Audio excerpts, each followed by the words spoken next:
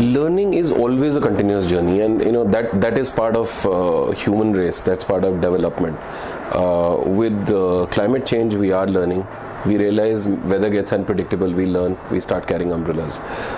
We start learning how to ride a bicycle when we are kids. We fall, we stand up, and we realize because we know the bicycle, we know a two-wheeler, and we now know auto shift. We learn, and we continuously.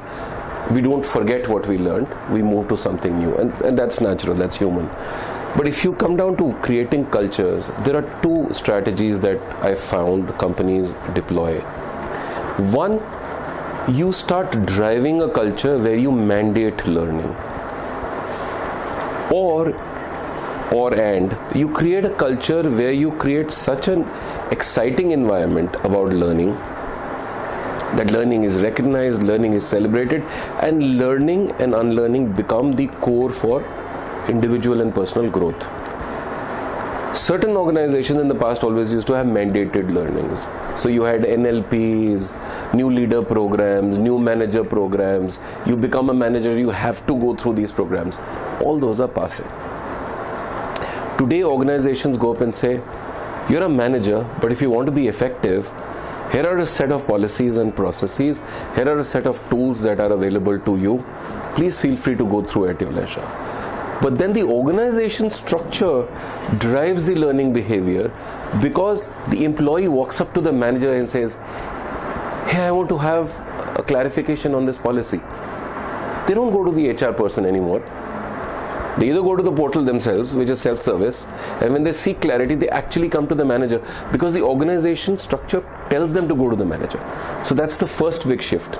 So your role expects you to know, and if your role expects you to know, you learn. The other is mandated shifts. We can take a case in point of a large technology company that I used to head HR for, where when we were moving to new products which are in the cloud and social and mobile space, the organization globally wanted to make sure everybody in the organization understands what is cloud, what is mobile. And anybody who walks up to you says, hey, what do you do in this company and what does your company do? You shouldn't turn around and say, hey, by the way, we used to sell laptops earlier, and by the way, we are a technology company. You should be able to stand up and say, we're a cloud and mobile and social and security company. Now, how do you say that if you are yourself not convinced what is cloud? You could be in HR, you could be in IT, technology, finance, whatever. So standard modules got created and that got mandated.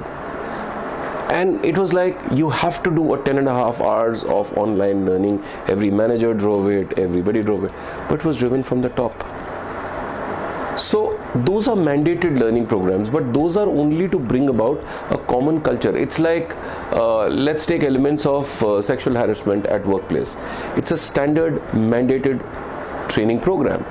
Those are mandates which drive either culture or a significant transformation in the business. After that, learning is very bespoke. It is driven by the role that you perform or the role that you aspire for. And both of those become very critical when you are going to deploy that. Creating a culture actually does not really come from mandates. It really comes from creating excitement around it. And excitement comes from either recognition, and companies do create recognitions around it, or the moment you start sharing that learning on a community, which is the third angle of it. When you bring in a new learning, do you have a platform to start sharing with the peer groups? And if you're being able to share that with a peer group and get appreciated for that, or that information gets used somewhere, that adds value back to you. So those three elements actually create that learning environment.